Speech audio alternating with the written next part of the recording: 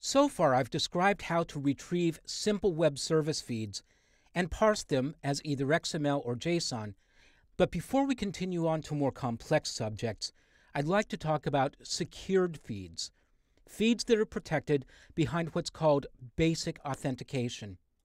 Unsecured feeds can be retrieved with simple GET requests. You don't have to provide user or password credentials, but there are other feeds that are secured, and in this case you'll need credentials of some kind. Now, I'm only talking about basic authentication and not more complex security systems such as OData. Here's an example. In this feed, I'm going to change the URL, so instead of retrieving it from a feeds directory, I'm going to retrieve it from a secure directory. So the URL is now services.hanselandpedal.com/secure/flowers.json. When I press enter or return, I'm told that this service requires a username and password. The username and password for this are feed user and feed password. And if I type them in correctly and log in, I see the feed. So when you're working with Android, you need to do a very similar thing. You need to provide the username and password as a part of your request. And I'll show you how to do that with HTTP URL connection.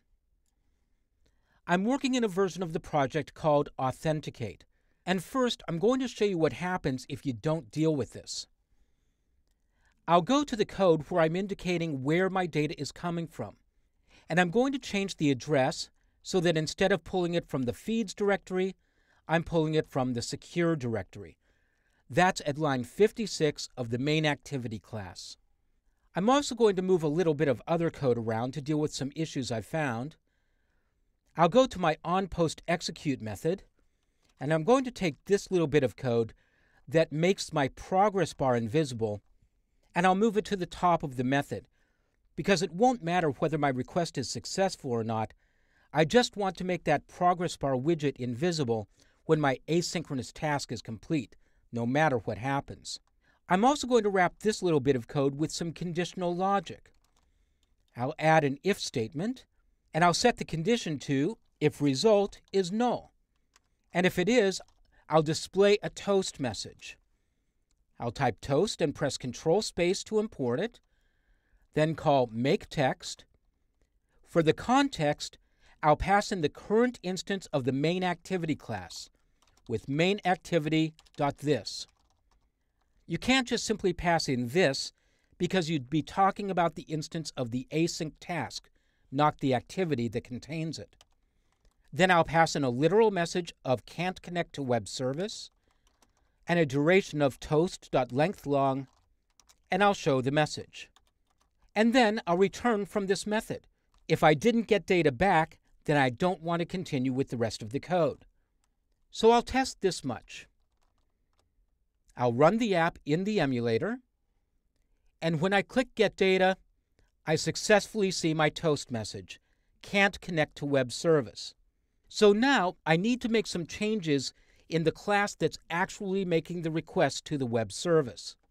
So I'll open the file HTTP Manager. In order to connect to the web service, I'll need to pass in a username and a password. I want to pass that in from the main activity, so I'm going to make a copy of this version of my getData method. I'll select the entire method, and then I'll paste it into place.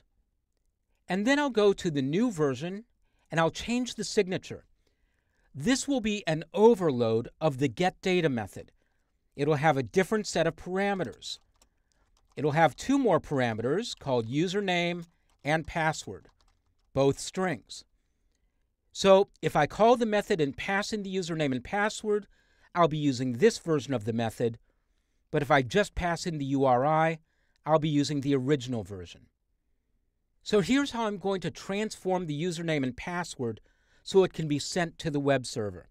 First, I need to take the username and password and concatenate them together, separated by the colon character, and then take that entire string and get a byte array from it.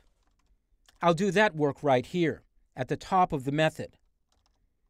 I'll declare a byte array, and I'll name it login bytes.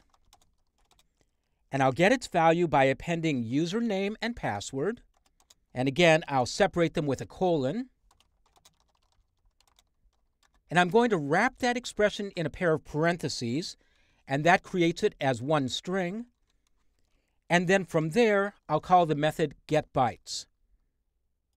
And now I have a byte array representing my credentials.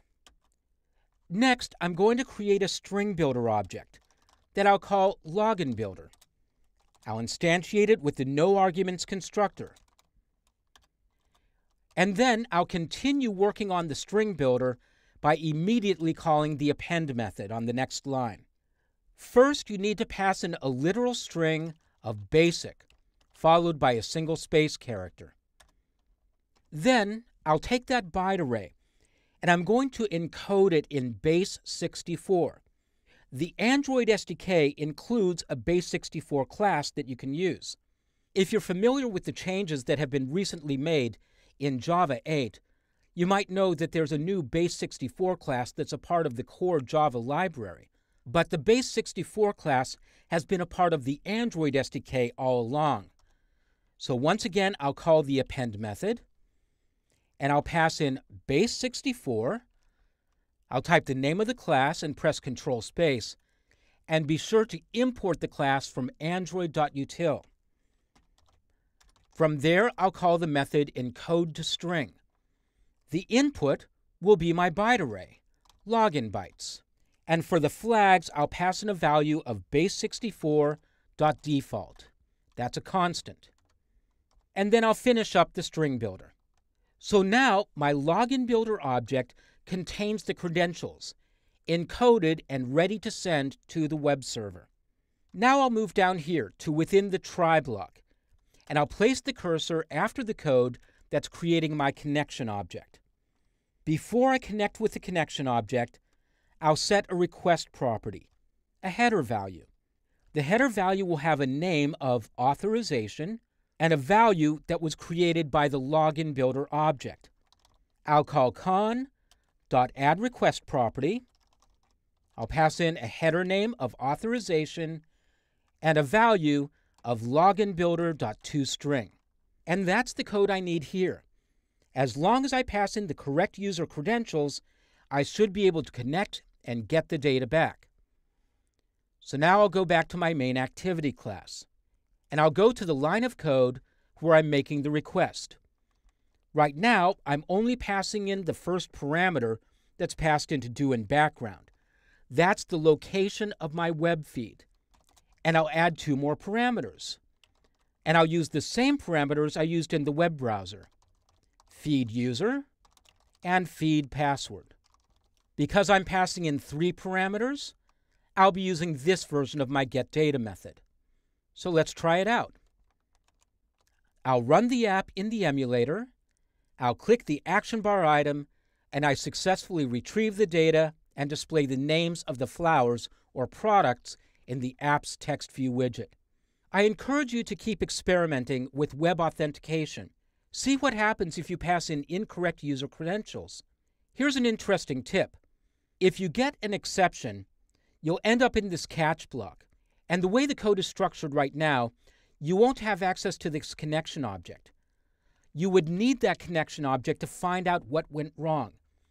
So you might take this HTTP URL connection class and instead declare it up here, and then only instantiate it in the try block. Then, if you get into the exception block because of an unauthorized request, you can add this sort of code. Int status equals con.getResponseCode. In the case of an unauthorized request, the value would be 401, the standard HTTP value for an unauthorized request. Notice I'm getting more error indicators, and so I would have to wrap that with another try-catch block. But I could take that status value and find a way of sending it back up to the main activity context so I could tell the user exactly what went wrong. This is the process you use for web services with basic authentication. There are other authentication models out there, of course, such as OData, but this covers a large segment of the secured web service world.